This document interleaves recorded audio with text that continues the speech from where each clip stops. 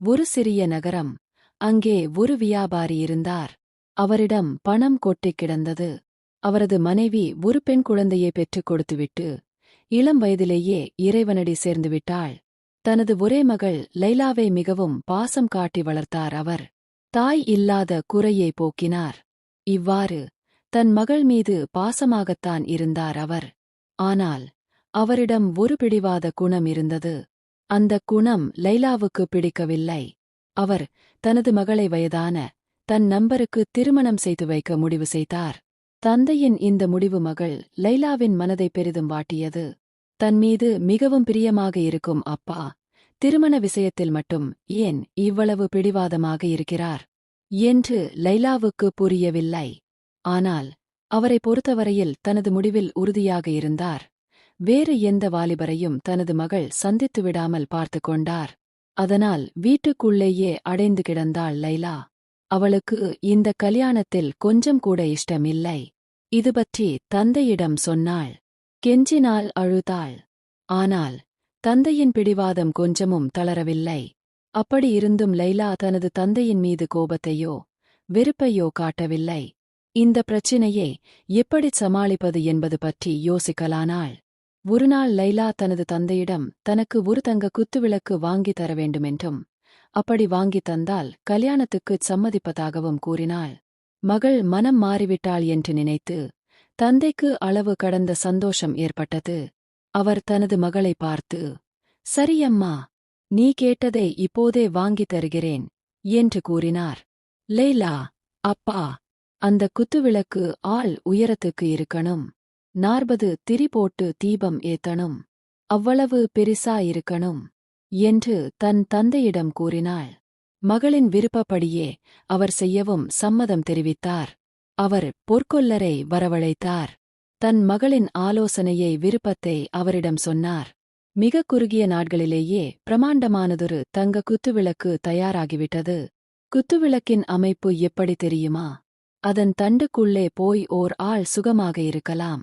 அதில் ஒரு ரகசிய கதவு உண்டு. உள்ளே போய் பூட்டிக் கொள்ளவும் திறக்கவும் முடியும். இந்த ரகசியம் வேறு யாருக்கும் தெரியாது. லைலா குத்துவிளக்கின் ரகசிய அறையில் உணவும் தண்ணீரும் சேகரித்து வந்தாள். யாருக்கும் தெரியாமல் தினமும் இப்படிச் செய்தாள். பல நாட்களுக்கு தேவையான உணவை சேகரித்துவிட்டால் கெட்டுப்போகாத உணவு வகைகள் அவை. ஒருநாள் லைலாவின் அப்பா வியாபார விஷயமாக வெளியூருக்குச் சென்றுவிட்டார். இதுதான் சமயம் என்று கருதி லைலா கிணற்றடிக்கு போனாள். தன்னுடைய கால் செருப்புகளில் ஒன்றை கிணற்றடியில் போட்டுவிட்டாள். பிறகு மெதுவாக அவள் குத்து விளக்கின் ரகசிய அறைக்குள் சென்று கதவை பூட்டிக் கொண்டாள்.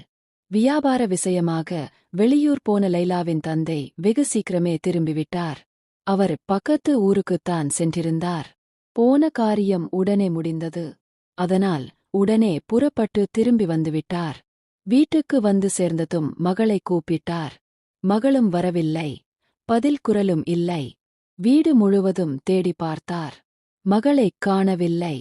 பதறிப் போனார். கடைசியில் கிணற்றடிக்கு வந்தார். அங்கே ஒரு செருப்பு கிடந்ததைக் கண்டார்.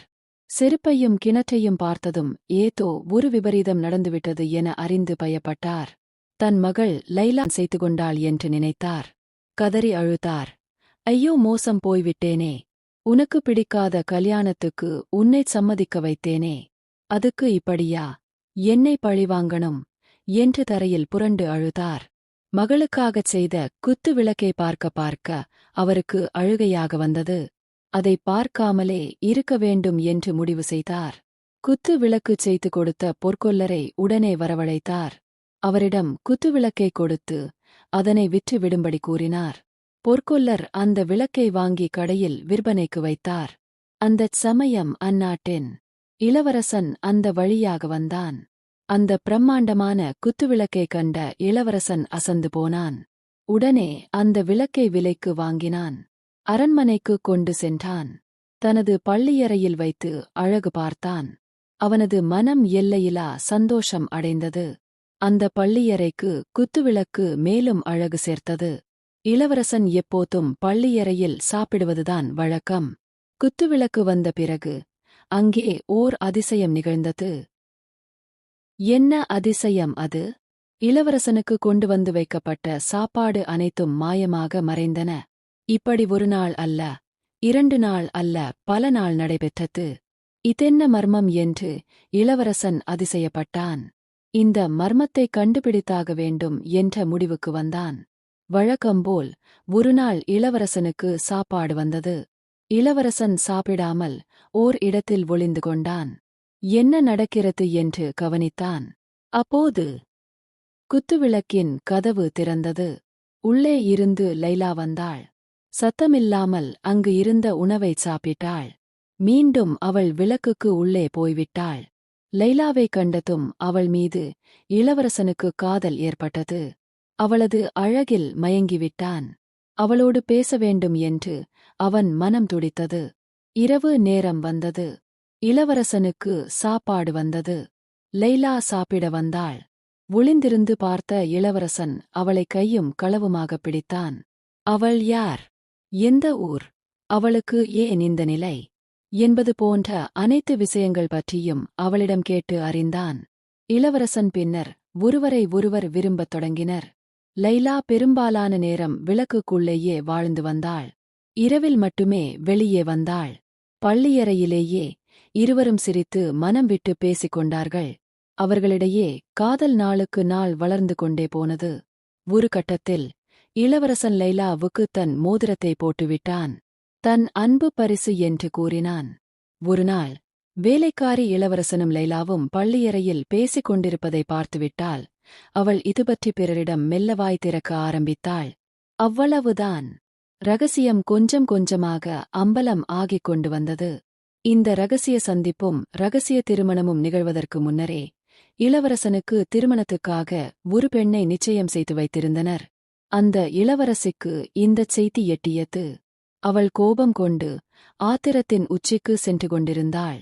லைலாவின் மீது பொறாமை கொண்டாள். அவளை வெறுத்தாள். அவளை பழிவாங்கத் துடித்தாள். அதற்கான தருணத்தை எதிர்பார்த்து காத்துக் கொண்டிருந்தாள். ஒருநாள் இளவரசன் காட்டுக்கு வேட்டைக்கு போயிருந்தான். அப்போது அந்த இளவரசி அந்நாட்டு ராணியிடம் தங்க குத்துவிளக்கை கேட்டு ஆள் அனுப்பியிருந்தாள். இளவரசரின் தங்க குத்துவிளக்கு ஒருநாள் மட்டும் தேவை என்றும் அந்த ஆள் மூலம் சொல்லியனுப்பியிருந்தாள். தன்னுடைய வருங்கால மருமகள்தானே கேட்கிறாள் என்று எண்ணி ராணியும் அந்த குத்துவிளக்கை எடுத்து வந்திருந்த ஆட்களிடம் கொடுத்துவிட்டாள். விளக்கு கிடைத்ததும் இளவரசிக்கு அளவு கடந்த சந்தோஷம்.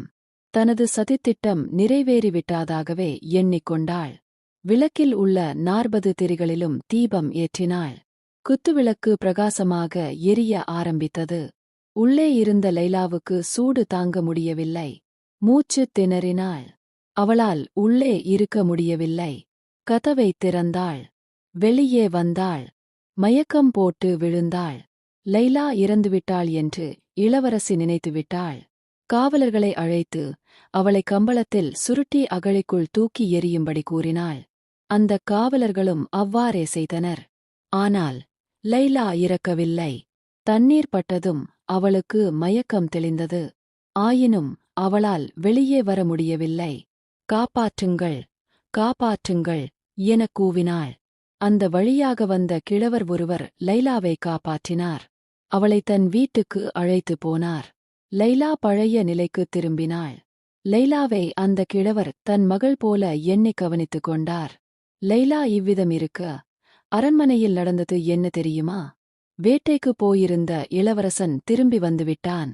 பள்ளியறைக்குச் சென்று பார்த்தான். குத்துவிளக்கு அங்கு இல்லை. லைலாவுக்கு ஏதோ நேர்ந்துவிட்டது என்பதை உணர்ந்து கொண்டான். அங்குமிங்கும் தேடி பார்த்தான். லைலாவை காணவில்லை. காவலர்களிடம் கேட்டான். வேலைக்காரியிடம் கேட்டான். ராணிக்கு பயந்து அவர்கள் வாயைத் திறக்கவில்லை. இளவரசன் தவித்துப் போனான்.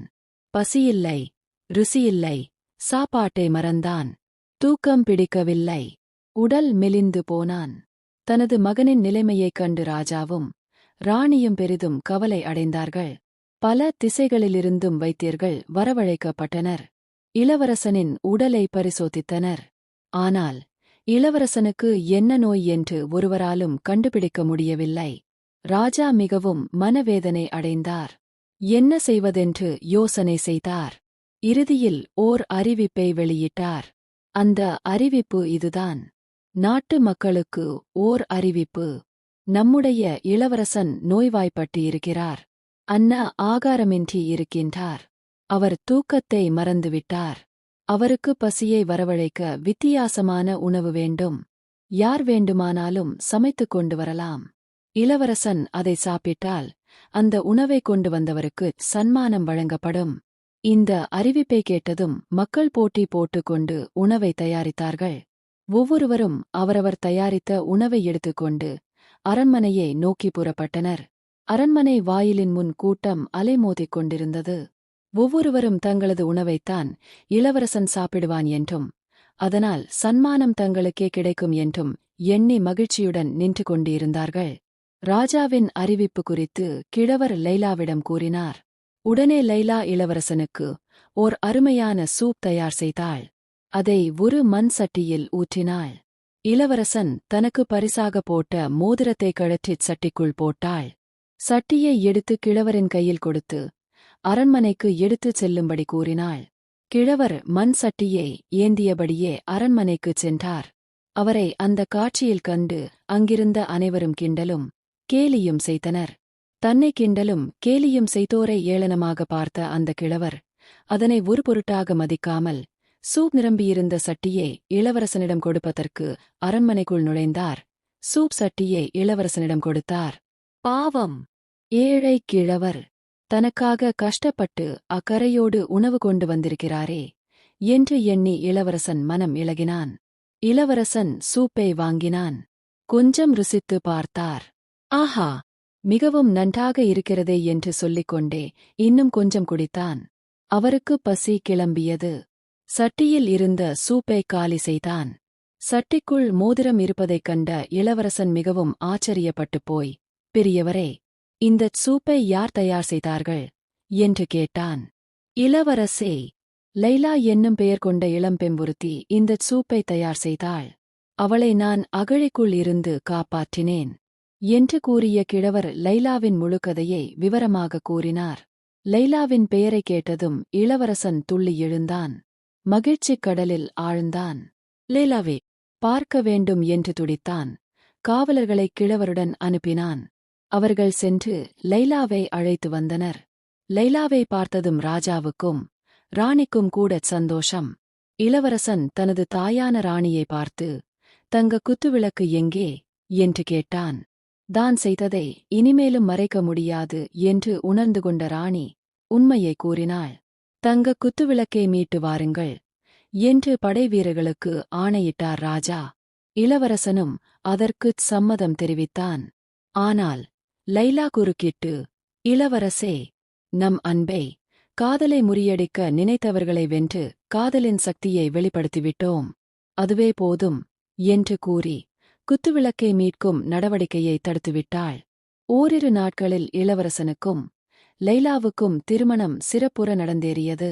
கிழவருக்கு ராஜா நிறைய சன்மானம் வழங்கியதோடு சமமரியாதை தந்து அரண்மனையிலேயே தங்கிக் கொள்ளும்படி கேட்டுக்கொண்டார். உண்மை காதலுக்குச் சோதனைகள் ஒரு பொருட்டல்ல. அது வெற்றியை நோக்கி நடைபோட்டு அதனை எட்டிப் பிடிக்கும். மீண்டும் ஒரு நல்ல கதையில் சந்திப்போம். நன்றி, வணக்கம்.